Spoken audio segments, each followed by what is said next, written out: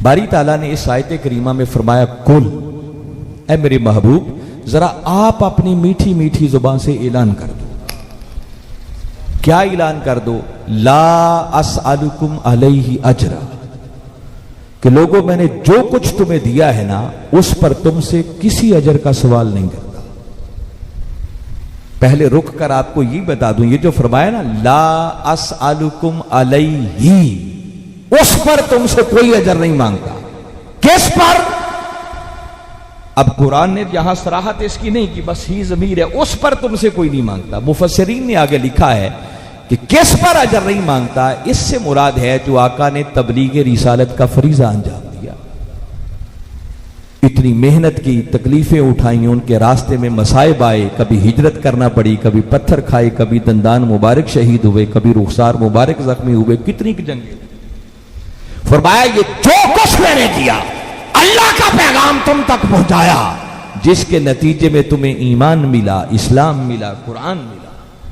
فرمایا یہ جو کچھ میں نے تمہیں دیا ہے، باری تعالیٰ فرما رہے ہیں محبوب آپ اعلان کر دو کہ اس پر تم سے کوئی اجر کا سوال نہیں کرتا، الا المودۃ فی القربى، ہاں اگر کوئی تقاضا ہے تو صرف ایک کہ میری قرابت سے مودت رکھنا۔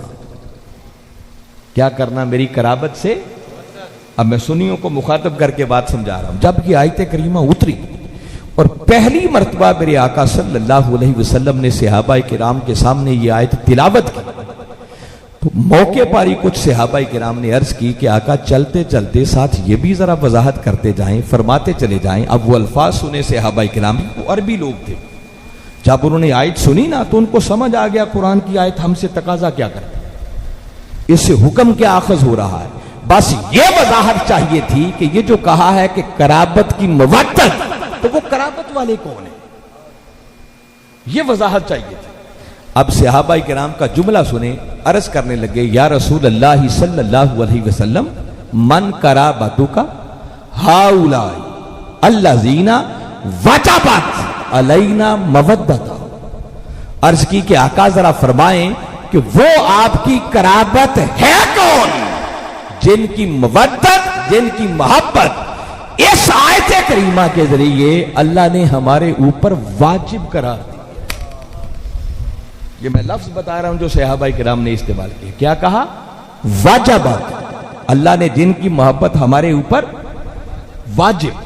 اب یہ واجب کا لفظ کہاں سے صحابہ نے نکالا؟ وہ میں نے کہا کہ وہ عربی لوگ تھے، قرآن کی آیت سن کر انہیں سمجھ آ رہی تھی کہ قرآن حکم کیا دے رہا ہے، جو آیت کا انداز ہے، جو آیت کے تیور ہیں، جس انداز سے آیت نازل ہو رہی ہے، وہ آیت کا خط و خال بتا رہا ہے کہ جن کی محبت کا قرآن تقاضا کر رہا ہے، یہ محبت کوئی مستحب عمل نہیں ہے، بلکہ اللہ نے جس انداز میں حکم دیا ہے ان کی محبت ہمارے اوپر واجب ہے۔ پھر میرے آقا نے ان کا سوال سنا، میرے آقا نے نہیں فرمایا کہ یہ تم نے وجوب کہاں سے نکالا، اور میرے آقا کا اس پر کوئی تبصرہ نہ کرنا، خاموشی اختیار کرنا، اس کا مطلب تائید ہو گئی کہ صحابہ جو کہہ رہے تھے درست کہہ رہے تھے، کوئی مغالطہ نہیں تھا۔ بس مغالطہ یہ تھا، وضاحت یہ چاہتے تھے کہ آقا ذرا یہ فرما دیں وہ قرابت ہے کون، اس کی وضاحت چاہیے۔ میرے آقا نے سن کر فرمایا کہ میرے غلاموں، وہ میری قرابت جن کی مودت اللہ نے تمہارے اوپر واجب کر دی ہے نا، ان سے مراد علی، فاطمہ، حسن اور حسین علیہ۔ آقا نے 4 ہستیوں کا نام لے دیا، علی و فاطمہ و ابنہ۔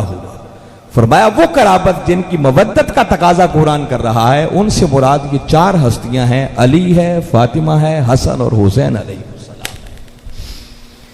اب دوبارہ اس آیت کو سنیں، باری تعالیٰ فرما رہے ہیں کل، محبوب ذرا اپنی میٹھی میٹھی زبان سے اعلان کر دو کہ لوگوں میں نے جو کچھ تمہیں دیا۔ اور اب میں ایک اور اینگل سے اس کی وضاحت کر رہا ہوں، یہ جو فرمایا نا جو کچھ تمہیں دیا علیہ، اس پر۔